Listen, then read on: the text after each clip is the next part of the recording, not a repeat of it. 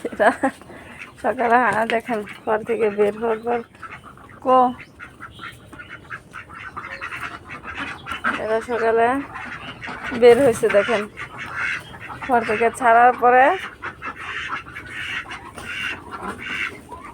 আইসে এখানে খাদাটার মধ্যে আসে, আইসে তারপরে কলা গাছগুলো খাইতে থাকে, পানি খায়।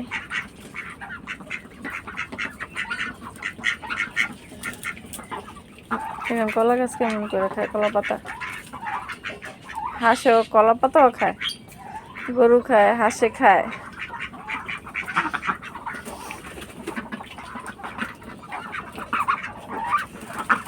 দেখেন কলা পাতা কেমন করে হাঁসে খায়।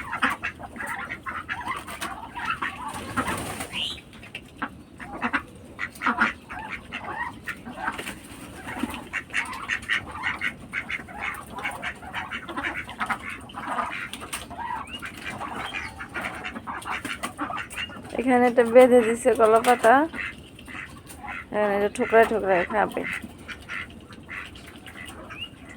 এ হচ্ছে আমার সকালে হাঁসের কার্যক্রম।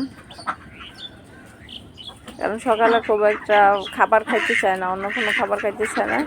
কলা পাতা এভাবে বাইধে রাখলে ওরা একটু খায় ঠোকরায় ঠোকরায়, পরে 10টার দিকে ওদের জন্য যে খাবার তৈরি করি খাবারটা খায়। আর এখান থেকে ওভাবে পানি খেতে থাকে। দুপুরের দিকে আবার গোসল করে।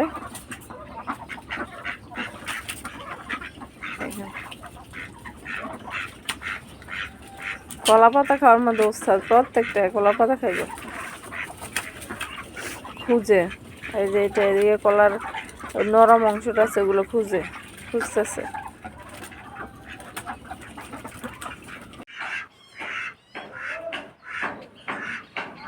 কত সুন্দর করে পানি খাইতেছে মুরগি। দেখেন মুরগি পানি খাইতেছে। সকালে ঘর থেকে ছাড়ার পরে ওদের খুব পানির পিপাসা লাগে, তো এই খাদার মধ্যে পানি দেওয়া আছে, এখানে এসে পানি খাইতেছে। দেখেন সকালবেলা হাঁস মুরগি ছাড়ার পরে ওরা খড় থেকে ছাড়ার সাথে সাথেই এই খাদার মধ্যে এখানে চলে আসে। খাদায় পানি দিয়ে রাখি, এখানে মানে ওরা এখান থেকে পানি খায়, গোসল করে। তো সকালবেলা অত সকালে আর গোসল করে না, শুধু পানিটাই খায় এখান থেকে। এই জন্য এখানে পানি দিয়ে রাখি। দেখেন ওরা এখানে পানি খাইতেছে। আদার খাবে না, খাবার খাবে না, খাবার না খেয়ে। আর এই যে আরেকটা দেখেন কি করে, কলা পাতা খাওয়ার জন্য। দেখেন করে কি, দেখেন করে কি, কিছুই নেই। দেখছেন কলা পাতা কীভাবে খায়? এই কলা পাতা, কলা গাছ হাঁস অনেক খায়, অনেক, মানে এত মজা করে খায়। দেখেন কি করতেছে। সকালে ওরা বন্দি হইতেই চায় না, খড় থেকে বের হয়ে এখানে ওখানে ঘোরাঘুরি করবে, খাদার মধ্যে একটু পানি খাবে। এখন গোসল করার জন্য নামবে না। তো গোসলের একটা ভিডিও আমি আপনাদেরকে দিয়ে দিব, কিভাবে এখানে কি প্রসেসিংটা করি। আরে যাইতেছে না, এখানে বন্দি করবো, ওটা বন্দি হইব না, ঘুরে খালি ঘুরে। তো আমি এবার লাঠি নিয়ে তাড়া করতেছি।